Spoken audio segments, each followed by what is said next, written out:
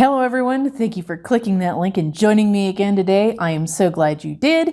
Today we are talking about Love Off the Grid, Season 1, Episode 4. 3 is a throuple. The show opens up with Mia going to Maisha and Joe's, and they've made a lot of progress on that house. It's pretty surprising. And then we cut back to Josh and Angela, and Josh is trying to fix her truck because he'd like to get off the compound there, so to speak. But they still are feeling separate from each other. And I don't know why it's so hard to get back to where they were, where they were getting all, intimate. Oh, hey, Ethel's here. I guess I don't usually record with Ethel because she almost knocked the camera over already, so... Anyway, so with Josh and Angela, it makes me think of that episode from Star Trek, The Next Generation, where Picard gets trapped on this planet with this woman who... I just remember the episode where she's like, "Love me!" And he's like, "I don't love you. What the... okay." So... Tell me about your love, or I'll jump. That's what I'm reminded of, is that Angela's just like, "Love me!" And Josh is like, "I got other shit to do." I don't know. So, cut to Spencer and Lindsay. Her friend Lauren is visiting, and just the way they act, I'm like, you guys have had an intimate relationship in the past. But Lauren's just like, "I can't believe you're living like this, and this is a lot, and... whatever. And then I was appalled because Spencer hauls water, and that is a really hard way to live. Was part of the reason we bought this property, is because it has a well. We don't have to haul water because that sucks. And Spence apparently hauls 500 gallons of water once a week, so that is a rough way to live. Lauren asks when she gets there where the bathroom is, and Lindsay and Spence introduced her to what they call the squatty potty. You're like, but you sit on that. This Oh my is gosh. the squatty potty. No. Yeah, so, This guy.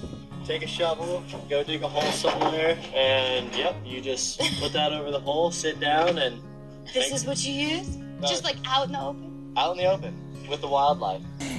I don't know what it is about guys and no bathroom, because my husband came up here to work on the house every weekend, no bathroom, no like outhouse situation or anything like that. He just wanted to go pee in the bushes.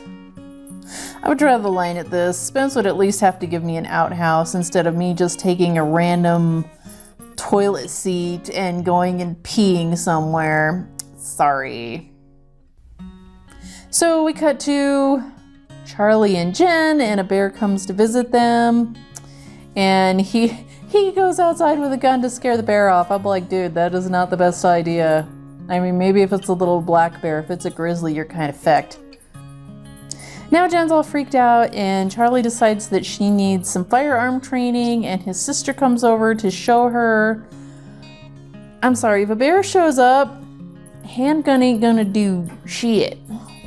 Jen's all concerned about her children, but is also loving mountain life. So again, I don't see why she just doesn't have the kids up there for a camp out one weekend and see how they like it.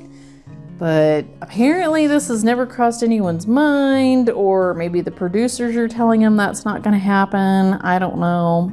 But I think that would be a good test run if they would try that. So cut to Joe, Maisha, and Mia. They're building a goat pen, and they're going to get some goats, and Joe's instructing them on the worming of said goats. Right next to the frickin' trailer! The trailer that they have not acknowledged. So it looks like they got 2 goats, and Maisha and Mia are talking about how gross they are and how much they stink. Like, you're gonna have to get used to it because apparently Joe is a goat farmer. Welcome to animal husbandry. I'm assuming goat worming is similar to horse worming, but a little more difficult with the horse because it's 1,000 pounds and it can just hold its head up out of your reach. And yeah, so my horse, may she rest in peace, she was allergic to everything. And so the way to get the medicine into her, and I tried everything. I tried putting it in an apple, and all that did was make her not like apples anymore.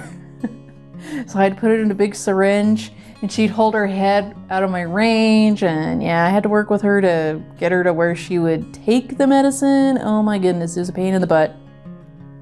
So I'm assuming a goat is the similar concept. You have to shoot some kind of gel in their face.